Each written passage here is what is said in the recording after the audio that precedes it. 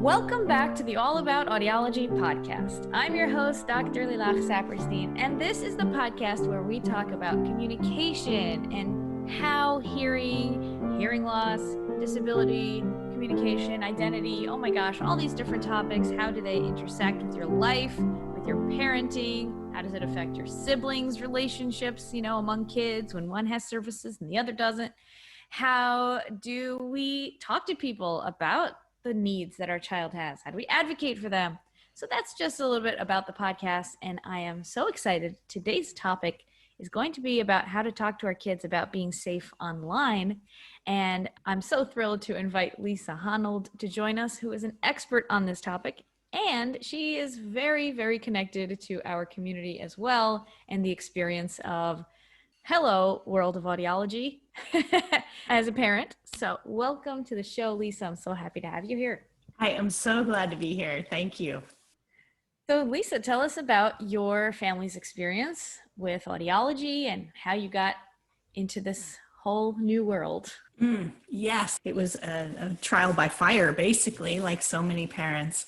I don't remember ever going to an audiologist myself, but as I was a mom in our Washington state, I live close to Seattle, Washington, and in our state, when I was, about 16 years ago, they started testing in the hospital when you have a baby for newborn hearing screening. And my daughter, 16 years ago, was pronounced that one ear was probably clogged up, right? It probably had fluid in it, no big deal. They said, you might want to go get that checked out. That was my first experience with, I think we need to go to an audiologist. And it didn't seem very serious. I put it off for a couple of weeks because new mom, lots to do, right? Including sleep. And so when I got her to Children's Hospital, which is a fantastic clinic, when I got her there, she was in expert hands, and I found out she had hearing loss. She has one deaf ear and one hard of hearing ear. So we continued on. We'll get to the rest of the story in a minute. We continued on and had two more babies. The second one was completely deaf, and the third one was hearing.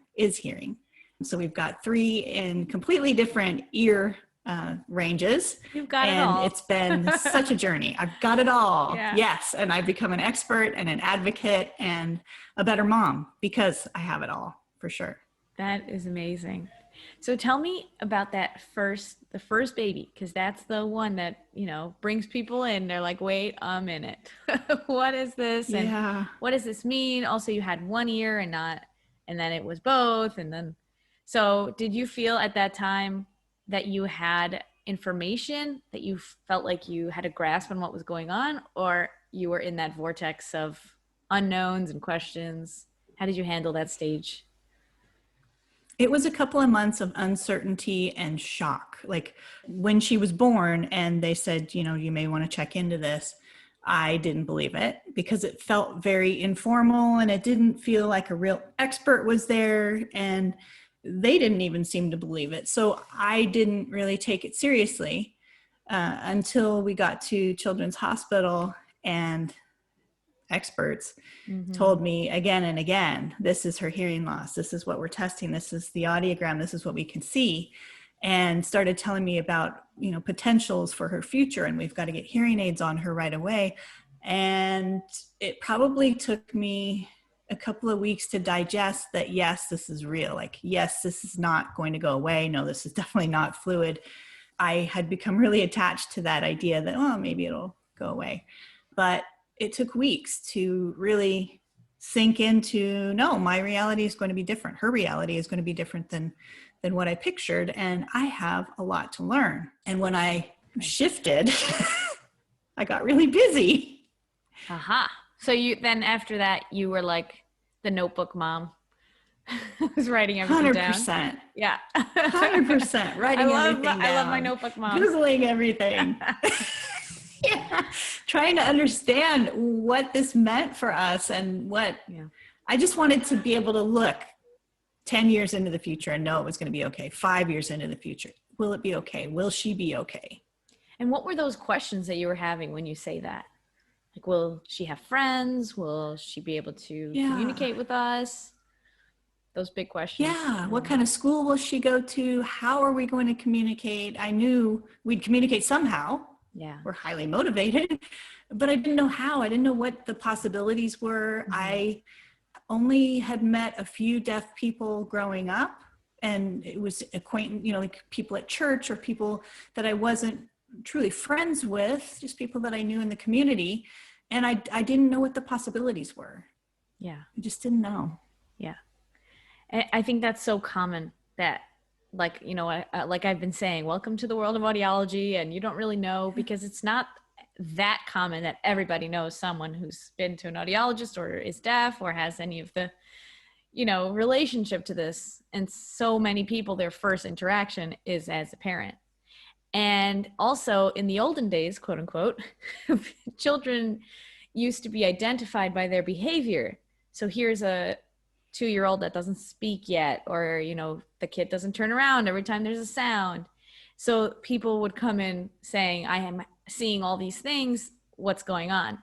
But with the newborn hearing screening, which is amazing, we're able to identify the children early and then get intervention early. But the flip side of that is that it's a little harder to believe, or, to say, what, this tiny infant that was born 48 hours ago, you're telling me this information? We don't know anything about this little nugget. It kind of puts, like, should we trust these automatic tests? And, that whole first year is really a fact-finding mission to get both the objective automatic tests and their responses, and then seeing how those things match up. So then how did you feel then when your second was born and you were like, okay, I know audiology, I know hearing aids, let's do this again? Again, it was a hospital situation. And this time I knew not to put a lot of faith in the person at the hospital who first said, they wanted to take my son and do that newborn screening. And based on the first experience, I said, no, thanks. I'm just going to take him to Children's Hospital. We've got it all set up. And so that's what we did. I still didn't trust the newborn screen just because of the first situation. And we did pretty much immediately after he was born, as soon as we could get in. And when we found out he was deaf, it was a shock. It was, really? We're going to have 2 kids with hearing loss, and he is completely deaf. And I know there'll be similarities to what we're doing for my daughter, but I wonder if there's going to be differences too. What's it like to have a deaf baby instead of a hard of hearing baby? And if he doesn't have his hearing devices on, does that mean he won't hear anything? Where if my daughter doesn't have her devices on, she still responds to loud noises and different things. So it was another educational opportunity, and that notebook came back out, and I made all kinds of discoveries for sure. Mm-hmm. And can you talk a little about when you were faced with the communication mode decision? Do we introduce sign? Do we go all in on auditory oral? Some combination of both? We are super lucky in Seattle. Yeah. We are exposed to, we have 3 different programs in Seattle, and we lived in Seattle proper then. So we had all the options available. We had a complete sign language option, ASL. We had a complete C, signed exact English, and then we had a complete oral. And with our daughter, even if we hadn't had a deaf baby, we wanted to teach her baby sign language, right? And this was like, well, we want to teach her ASL. We want her to be able to communicate earlier, and this is a great way to do that. So early intervention for her was ASL based. What it gave to me as a parent was parents in the birth to 3 category. So I could see parents with kids a little bit older and parents that were deaf. And that was my first exposure in a parent support group where they were deaf parents there advocating for their deaf babies and giving me a window into what adult life might look like, what their lives had looked like, what their education looked like, what they were happy with growing up, what they were resentful of, and the technology that was just coming into our lives with texting and things like that, that was just changing how a deaf person could live, could communicate. Yeah. So that was the decision with the first one was complete ASL and just dive into deaf culture and understand and start to support her any way we could. That's really special because so many people talk about that when they're in the audiology version, the hospital, the medical model, and they only see that side of it and are not exposed at all to deaf adults and signing communities and people that see the hearing loss in a different way, rather, a cultural identity, something that's part of their life that isn't a loss. And I think so many people don't ever get that experience or only much later in their journey. So what you said is listening to deaf adults telling you what it was like for them.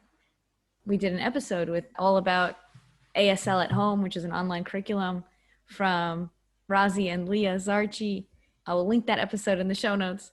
And we were talking there about how so many adults would say, I spent 15 years or 18 years in speech therapy trying to make one sound or trying to get out one thing. In the meantime, I could have a full-fledged conversation that was visual, that was easy, in this other modality. But, at the same time, parents who are hearing want their baby to be part of their world and communicate with them in their language. I just want to validate that for everyone who's listening, that it's not an easy decision to make, but it's really good when you have all your options. And I'm really happy that you felt that you did get a spread of what was out there. Yeah, looking back, I really like that decision. That's a decision I would make again. And you and I both know there's no wrong decision, and the parent will know what to do based on their values and their family and everything else. But for our family, this was the right decision to really just dive in and see the possibilities and get an education on deaf culture. So do you sign at home with everyone or what's the story? Here's the thing. Here's what happened. My daughter started wearing hearing aids when she was, I think 8 weeks was when we got her first little tiny pair of hearing aids. And she signed, and then she became verbal, and she was doing a mix of both. And over time, the signing has dropped off. And she ended up getting a cochlear implant in her deaf ear when she was 10 years old. So there's been a progression of technology, as well as she tells me when she needs to use signs, and she doesn't remember a lot of signs, honestly. But as far as a foundation, ASL was the right way to go. I don't regret for a second all of the classes we took, all of the time we spent learning how to communicate. I don't regret that at all. And if we ever needed to come back to it, we certainly could. Mm-hmm. What was the intervention? With the second. Wouldn't you think I would choose the same thing for the second? No, each child is a whole new world. I didn't know that. I mean, parents tell you that, but you don't know it until you know it. So for him, he was born deaf. And when I think about, like you said, hearing parents want their kids to be in the hearing world. And what I thought when he was just weeks old was, wouldn't it be great if he understood the English language? If he never hears it with his ears, wouldn't it be great if he understood it with every single word signed out in signed exact English? And because we had a program that was available and accessible to us, we went to that program for him for early intervention and learned signed exact English and did that with him at home, and it worked really well. He ended up getting his first cochlear implant when he was 9 months old, which was very early for 2006 is when he was born, and got a second one when he was almost 2. And from there, he got oral very fast, and he doesn't sign at home either. He remembers a few signs, but doesn't sign at home either. So we've stopped signing. There's an openness to follow the lead of the child and of their progress, and come into it with an open mind and say, let's more is more, try and throw language in any direction that it goes, and then see what they do with it and what their capabilities are. That's really nice. Let's not forget about your third little boy.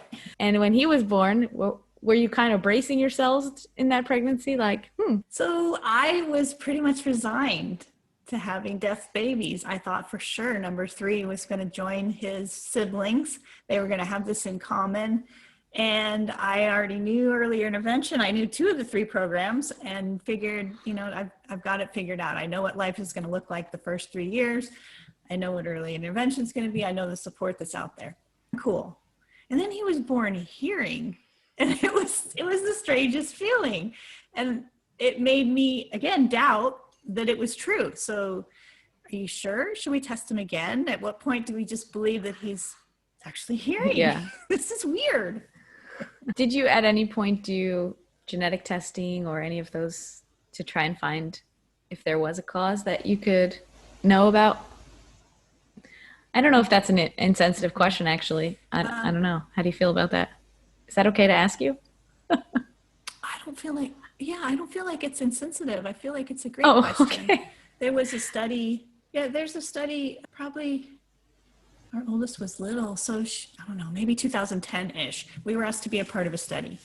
And it was to find out more about what causes deafness. And we did. And our daughter got tested, and none of the genes that they knew at that time, that they had identified at that time, were involved in our case. And we tested for CMV. And I think that's the only ones that we've done. We've been asked recently to go back and do testing again because they know so much more. We would probably get a more definitive answer. So that's where we left it. We haven't done anything since then. Yeah. Obviously it's genetic with 2. Yeah. There's so many surprises out there because we've seen families where that's actually not the case, where one child has from some acquired reason that during pregnancy or different things. And then, so it's always a mystery. Our knowledge base is always growing. So over time, maybe even as adults, they might maybe find the answer. I wanted to ask you, because you've had the full gamut, first, second, third babies with different journeys, what advice would you share with their parents who are listening? What helped you the most when you were going through those early years? What helped me the most was to get into groups with parents that had kids a few years older than mine, to get in that community, to be able to observe what life might look like, how the parents were learning how to communicate and follow, like you said, following the child's lead seemed to be the right answer. But just being in community with deaf families, with kids, with parents who are deaf, because you learn tips, you learn really I'm such a practical person, and you learn practical things like get a round table instead of a square table. That was one of the things that stuck with me all these years, is you really want a table that you have great visibility and that no one feels like they're on the corner and they can't really see what's going on, and seat people so that their better ear is facing toward what you want them to hear the most. And there's so many little tips that I learned from other parents or caregivers that were in mostly informal groups or the early intervention groups that were coming in and just hanging out with us. It wasn't so much the experts. Of course, the experts supported us along the way, but it was that one-to-one connection. I remember one person who was an expert who cradled my son, and he put my son's head on her throat so that he could feel it vibrating. And she just hummed to him and sang him lullabies. And I had never thought to just put his head right on my vibrating throat. I'd never thought of that. And I thought it was so beautiful that I was learning, and she wasn't out to teach me anything. She just showed me something that was a beautiful tip. Yeah. That's really a great tip about the round table. I honestly haven't heard that one. I feel like that's so intuitive, but I wouldn't have thought of that. Very clever. And having I'm not going to forget it now. Yes, I'm going to share that. And I'm so glad you shared that with all the listeners. Good lighting, like that's one we talk about a lot. And I love what you said about having community and meeting people who are doing what you're doing. And experts, this is a thing we talk about a lot on this show, is that you are the expert in your child, you are the expert parent, and the experts are experts in their field of expertise. and that's about it. And we all kind of work together and bring what we can. But there must be this respect between the parents who know their kid the best and the parents who are going to spend many, many, many, many loving hours, as opposed to the, once a week or 30 minutes, 3 times a week that you might get with various therapists or specialists. So I'm a really big advocate for taking that on as the parent, and it becomes much more of an equal shared decision making. Here's what we know. Here are the options. What are you guys thinking? And like you mentioned way in the beginning, which is about what accessibility do you have around you in your community? What programs are there? That's going to change depending on where you live in the world. And what is the family status, where one parent can really do a lot in the therapeutic sense, and in other families that's not an availability. It really is so unique, and every family needs to do what's right for them. But yes, connecting with other parents is huge, and I'm so excited that there's a little facilitation of that through our podcast, people meeting each other at the Facebook group and on Instagram. So definitely come and find each other. Don't do this alone. Don't do this alone. Yes. That's like good advice for always, for every area of life. Mm-hmm. Can I give one more piece of advice? Please, go for it. Okay. I love what you said about parents are the experts in their family, and that partnering together as equals with the experts who have studied and spent years learning what they do in their expertise, that completely changes the dynamic, and it brings the best results for the kids, which is what we all want. And my advice, if I could go back 16 years and talk to myself with one newborn, and I was so worried about particularly her hearing, I would say relax. It's going to be okay. Whether it's this path or that path or that path, it's going to be just fine, because you're connected to her. You're going to follow her lead. It's all going to be okay. It's all going to unfold however it unfolds. You can't change it. So just relax, take a nap with her, go outside with her, do stuff that's not hearing related, that's not hearing loss related, read a book that's not nonfiction, and just enjoy and savor, because she's growing every day. Yeah. I have chills. It's really beautiful, because we talk about connecting to your child as the goal. You're doing all of this running around for therapies and devices and surgeries and whatever else you're doing, sign language classes, for the point of being able to communicate, so remembering what that goal is. Genius Stephen also was on the podcast. I'll link the episode with her about creating a vision for your life, for your child's life, for your connection, so that everything you're doing is in service to that end, which is never an end, but to that connection. Yeah. Oh, that's good. I've learned so much from, when we're recording this, it's like the middle-ish of December. So this is going to be a little out of order, but by the time they hear this, it's probably going to be New Year. But in what we're doing is kind of like reflecting on the year, reflecting on the, dumpster fire, but also how much growth and resilience this has brought out in so many of us. And that's true for the challenges that we go through in every area of life. But what I wanted to say about that is that I started the podcast, all about audiology, and I'm an audiologist who has so much to say, from like, here's my expert opinion on topics, at the same time as trying to like bring in the holistic, family-centered part of it. But as the podcast has gone on, and I've met so many incredible people around the world, like yourself, like all the other, people from their fields of their experience as parents or from different fields. And I've gotten like so much more nuance and so much more understanding from the disability world, from different communication parts. So like, I'm just celebrating this expansion of what the All About Audiology podcast is about, what I'm learning, what I'm able to share with you guys. It's a journey. It's really fun. So sorry for that tangent. Let's go back. Yeah, what you're doing can change lives, because you're helping people, you're helping parents relax, you're helping audiologists and other professionals realize that they have spent years learning things, and there's a softer way to approach that so that they can partner with parents and they can partner with caregivers and make good decisions together, like you said. There you go. It's a beautiful thing, and I'm so excited for the work that you're doing. Thank you. So let's talk about the work that you're doing. And we're going to switch gears here. Like, we could talk about these things all day. That's what I love to do. But I do want to give our listeners an opportunity to hear about the Center for Online Safety and how you got into helping parents navigate this whole futuristic world we live in. Many of us are like growing up, like maybe we had dial-up, or maybe that, parents are older than me too and didn't even have that. And it's like the constant communication, the screens, the social media, the texting. Oh my gosh, I'm already flustered.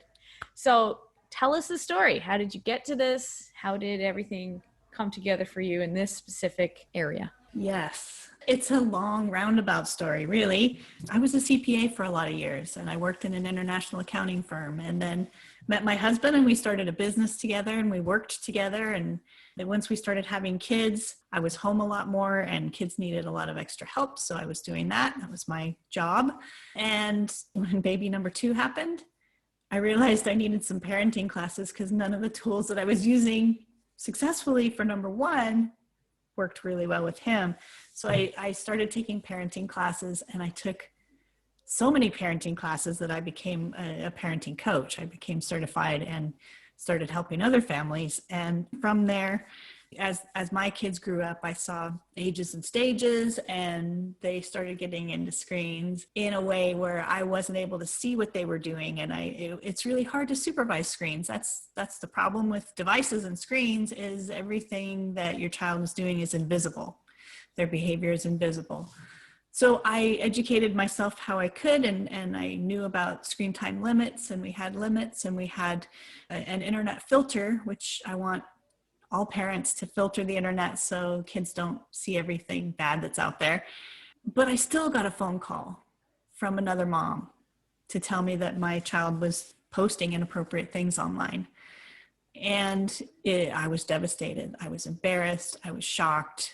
Here I am helping other parents navigate their own families' journeys and help with kids and conflicts. And I get a phone call like this. And it was hard to realize that my kids weren't safe online, and that I needed to go learn some more, and I needed to find out a solution that would help my family and potentially help other families as well. How old was your child when that happened? 12. Yeah. And 12. I knew it was going to be young, because I want, people to know that, like, my kids are really small. Yeah. I have 6, 4, and 2. God bless them. So I am like gearing up myself for like this new battle that's about to come, and it gets younger and younger every year. Like some of my first graders friends have phones. Yeah. So that's why I'm like personally very invested in learning everything you have to say right now. But yeah, it's young, even 12 years old. And like being 12 is not easy on its own. Now I had screens on top of that. That's a good point. And when you paused, it made me think, I just need to tell everybody who's listening that yes, 12 is early. The average age that kids are seeing pornography now is 11. So think about that for a second. If we don't have a way to supervise what they're doing, we have no idea what they're looking at, what they're forwarding to other people, and what they're learning and deciding about life. We just don't know. And that's the piece that was missing in my online parenting strategy, was the supervision piece and the ongoing conversations, what I call sideways conversations, to help kids understand what my family values are, where the expectations are, and what happens if they're not followed. So when I say a sideways conversation, it's a conversation that's not based in my opinions, it's based in fact. Like I just told you a fact that pornography is seen now right around age 11. That's a fact. So if I were talking to a child and I just wanted to start a sideways conversation, I would say something around a fact that was, did you know that adults pick up their phones 150 times a day? What do you think about that, sweetie? Does that seem right? Does that seem like about the amount of time that I'm picking up my phone. Guilty. Like, just. Yep. That's what your child might say. Or they might say, oh, I bet you're on it more. Yeah, probably. Or they might not. But it's a way to, it makes you, the parent, a little bit vulnerable in hearing what their opinion is and starting the conversation that way, instead of, I am so tired of you being on your screen. I have new rules for you. This is how it's going to be. It's a very different conversation to have a sideways conversation versus an adult, like parent top-down conversation. It's not even a conversation. It's a directive, right? They don't really have a say in it. Oh, I love that. Sideways conversations. And I love also just the whole point of safety, putting it in that context. Like, we teach our children about fire safety. We teach them about crossing the street safely. We talk about, how to protect yourself in various situations in life. Like, we're obsessed with car seats for that whole first couple years, and we take it seriously because it is a safety issue. And then once it comes to screens, it's like, well, they need to be in touch with their friends, or, hey, we need homework. Like, how could we not have internet? And you kind of have all these like little rationalizations about this monolith called technology, screens, but it is much more nuanced than that. So I like that also coming from that place of like stranger danger. This is a real problem on the internet. It is. It's a safety conversation. Yes. Yeah. Yes. And it starts way before they get their first device. It starts when you let them on your device. Maybe you're at the grocery store and you just need to check out. You're like, here, watch YouTube. It's when you hand over your phone, you need to make sure that you have a filter on your phone too, so that they don't wander into territory that's not appropriate. You've got safeguards on there so they can't just download anything. It happens so fast. When they get their own device, it's important right away to have a contract that they know about, that they're involved in collaborating with you on, as far as, what hours the device is available, and if you have expectations around what needs to happen before they have screen time, just to set up those rules as soon as you can. That's one of the biggest regrets that parents have when they give a device, whether it's a phone or a tablet or a computer. They don't attach expectations from the very second that they give it. And then to try to do it retroactively feels scary and hard, and they dread it, so they put it off. Yeah. And the longer they put it off, the more trouble the child's going to be in and be exposed to. Yeah. One of the little things that we've done with my young kids is that they don't know any of the passcodes. And like, when I see that people as young, they have children as young as my children, and they can open the tablet anytime they so choose. And then it's like, you're on the tablet. And then it's a whole new struggle. But it's like, no, you don't have access to this unless I open the passcode and set it up for you.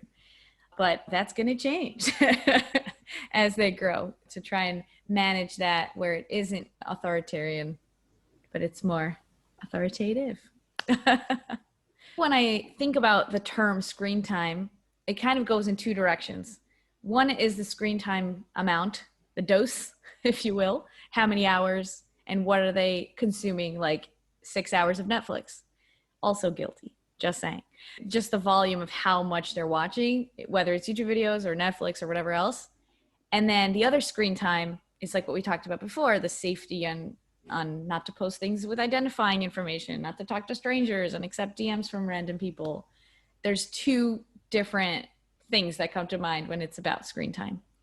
So I wanted to know if you have some advice about limiting the actual number of hours of exposure, and then maybe some tips about navigating social media. Yes.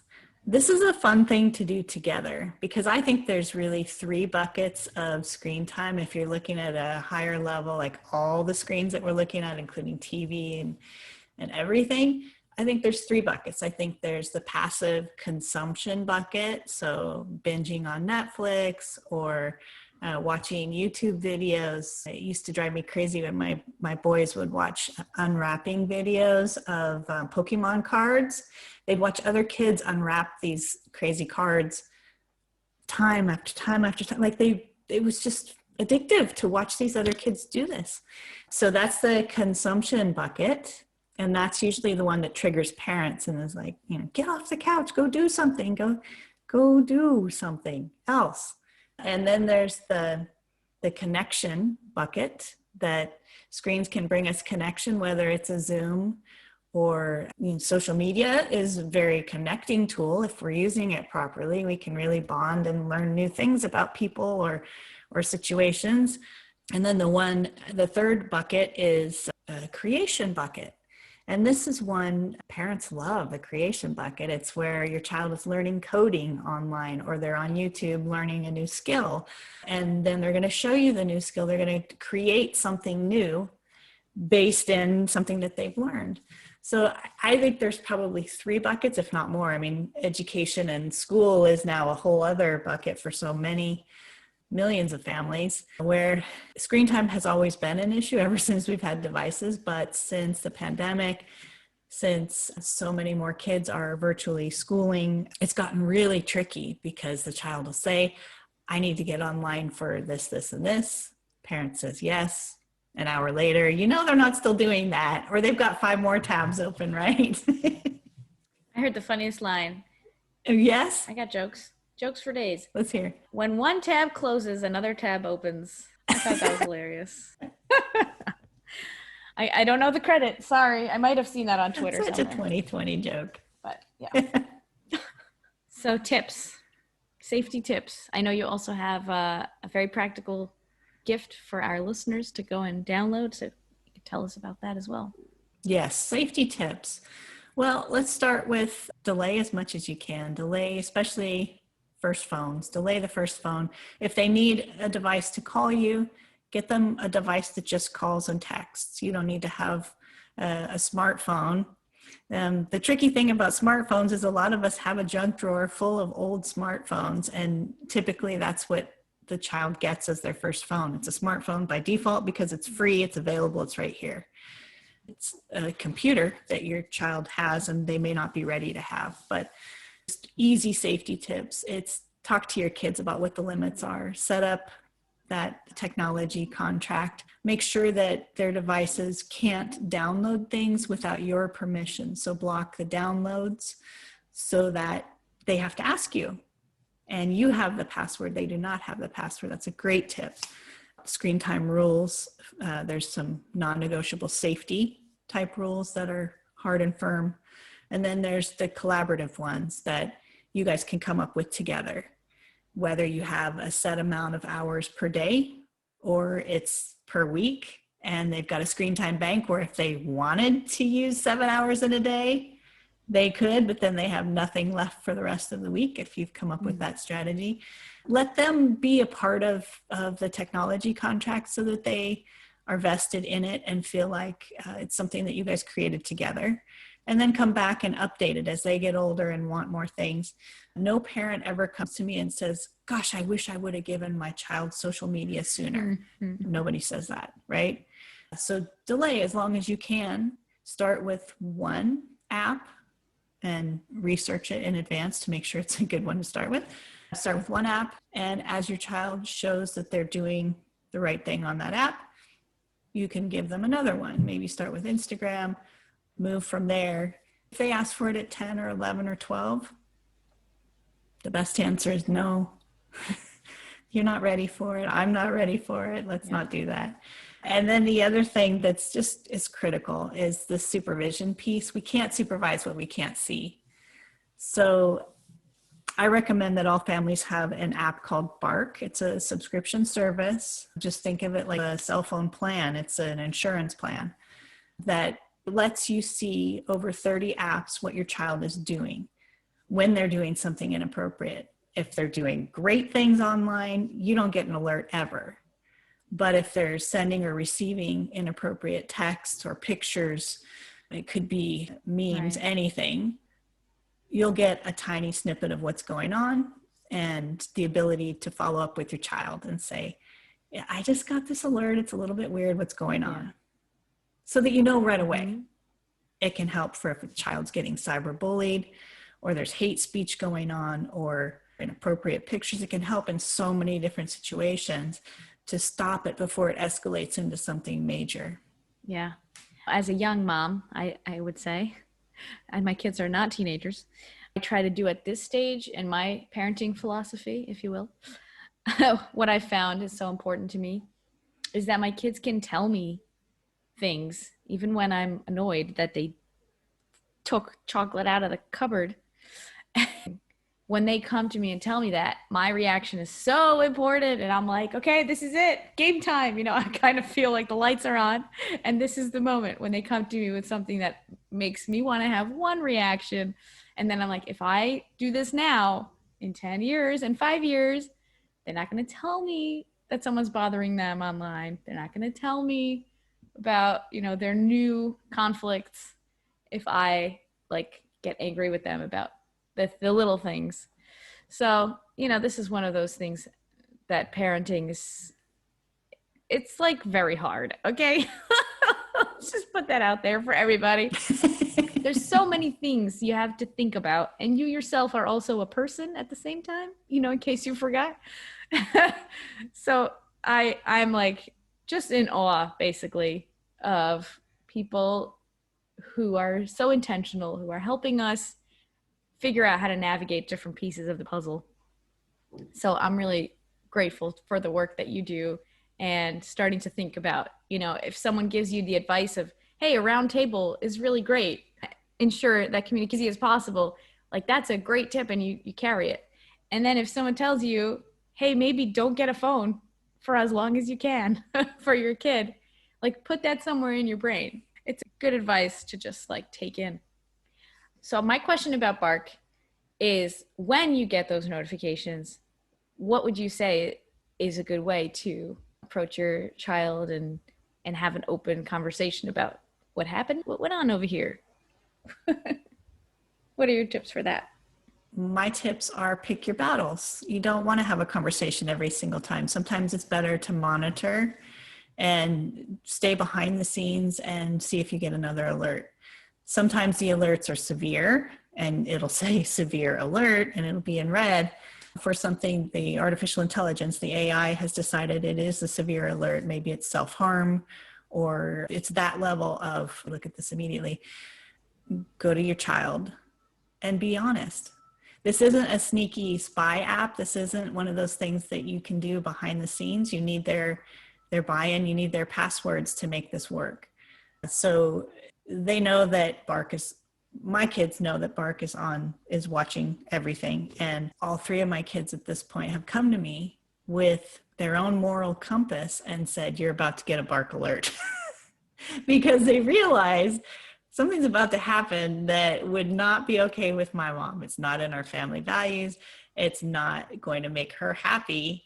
And Bark's watching me. I'm going to get involved in this conversation. So I might as well head it off at the pass. That's what I love about Bark, is that it starts conversations even before it sends me the alert. Look at that. Bark also sends potentially what you might want to say or research or do. If they do send an alert, they also send, well, here are some ideas of what you could do. Most of the time, it's as simple as going into their room and saying, hey, I just got this. What's going on? And they can explain it. No big deal. Every once in a while, yes, one of their friends needs help, or they need a reminder about what the expectations are. Just like offline, right? They're going to need reminders. They're going to need to hear the guidelines more than once. It's not a one and done conversation. This is based in our family values and the people that I know them to be and I want them to grow up to be. That's really beautiful. Okay, one other aspect, if you have time for this, because I'm pretty curious your opinion on just in general posting pictures of children and how there's a privacy concern there. There's a consent concern there. So for our family, we've decided that we don't post publicly any pictures of the children. We do send to family. We do send, just not in a public posting type of way. And for me, the biggest one is really the respecting of their agency. You don't want your baby pictures to be alive forever. And you're going to be, 35 looking for a job and someone Googles your name and it's like, potty training disaster. Those really drive me nuts when it's also embarrassing. But even regular, even the most beautiful holiday pics or whatever, fall foliage. And it's so fun to see everyone's kids. But I don't feel comfortable with that for our personal decision in our family. So then at what point do you feel like that agency is given over to your child and you say, well, if you want to have an account, is it private? Or, kind of looking at all this.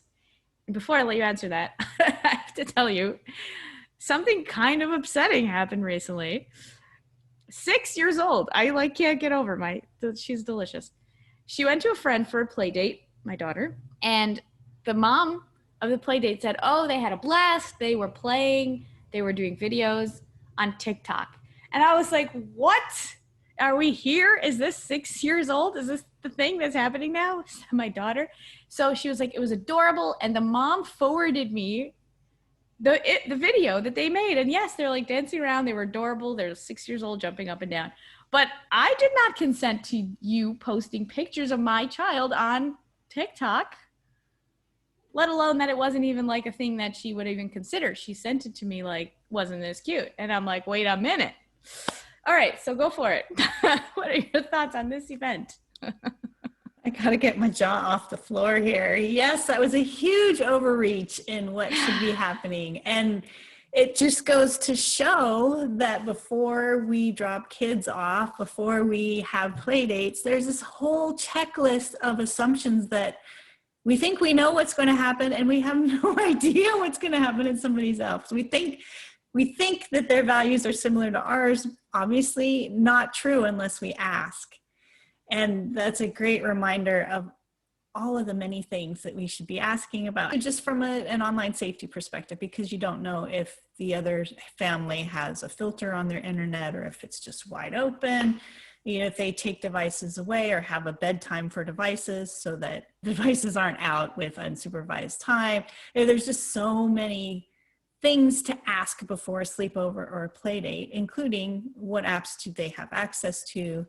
Will you be in the same room with them? Will they be posting to TikTok or just making a video off on the side using the tools? Like, where are your limits and how deep do we need to go? It's so much easier when you say, let's have this be a non-tech play date, okay? Knowing that can't always be the case, but oh my goodness, that's an overreach. Another place that tends to happen is if parents have great rules around either not naming kids online by name or not tagging kids' photos or using their pictures. A lot of times it's grandparents who are so proud of their kids, family members who are so proud and want to show off this beautiful family member. And they say everything about that child. And then how do you take it back? And how do you tell them lovingly that that's just not okay for your family? They don't see the downside. They just see they're so proud of their family and they want to show off. That's a conversation too that we all need to be prepared for, because not everybody gets it. Not everybody gets that kids have agency and at what age should they take over their identity online. It's a great question. We could spend the next hour talking about it. I feel like as teenagers, they're going to have their own footprint, right? And the sooner that we help them keep their footprint small and more like a portfolio than a chaos, crazy, this is my wild days kind of, the more I would be proud to show grandmother these photos and you have your wild days photos somewhere else if you need to. It just makes sense to have minimal footprint, small footprint, because you can't take it back. Yeah. And then on the flip side of all this, I do want to encourage and say that there are so many amazing tools, and you can create with your child, and you can do, if you put together a video and learn about editing. We did that one day when they're running around the playground and we did the time lapse, and that was like such a hilarious thing to do, and they loved it. It helped them clean up because we did a time lapse of let's clean up your toys. So there's a way to integrate the technology in a positive, helpful, educational, therapeutic, like there's so many things we could do. Oh, and I'm going to also shout out the apps list that Dr. Tina Childress has. It's categorized by skill. So like, what are all the games for auditory processing? What are all the games for phonemic awareness? Like speech therapists would love this tool. It's a free download from Dr. Tina Childress. I will link that in the show notes. We got a lot of ways where we can do amazing things with our tech, like have podcasts and talk about this and connect to people all over the world. So it's not all doom and gloom, but we do need to keep an eye. Yes, I love technology. What you said about the playground, that was a brilliant use of technology, just to have them super motivated to get out there and clean up. That was brilliant. The best part about it was you were doing it together, right? The worst part of technology is when a kid is in their room doing something totally by themselves and wants to keep it a secret. That's where I start to worry. That's prime time for child predators and all of the bad stuff that they get into. Yeah. When you are creating together, when you're having fun together using technology, that's completely different. And that is a fantastic use of technology. So that brings me to a very exciting offer you have for all of our listeners. Tell us about that. Oh, yes. I have a free gift for everyone. It's called the 3 Secrets to Get Your Kids Off Their Screens. And anyone who has a screen in their house needs this now.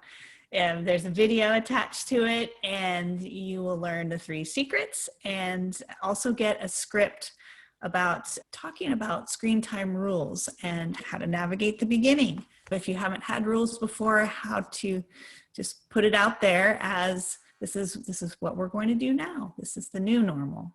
You will also get a script that has basically why you would want to introduce screen time rules into your family, and you'll get your kids on your side with the sideways conversation about screen time rules and why they're important. Honestly, I need 3 secrets of how to get myself off of my device. I will watch that. So the link to that will be in the show notes at allaboutaudiology.com, as well as a full transcript of our conversation today, as all episodes have full transcripts and show notes, allaboutaudiology.com.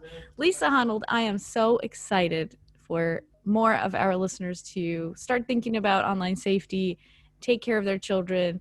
And just before you go, what about specifically the intersection for parents of deaf and hard of hearing children about online safety?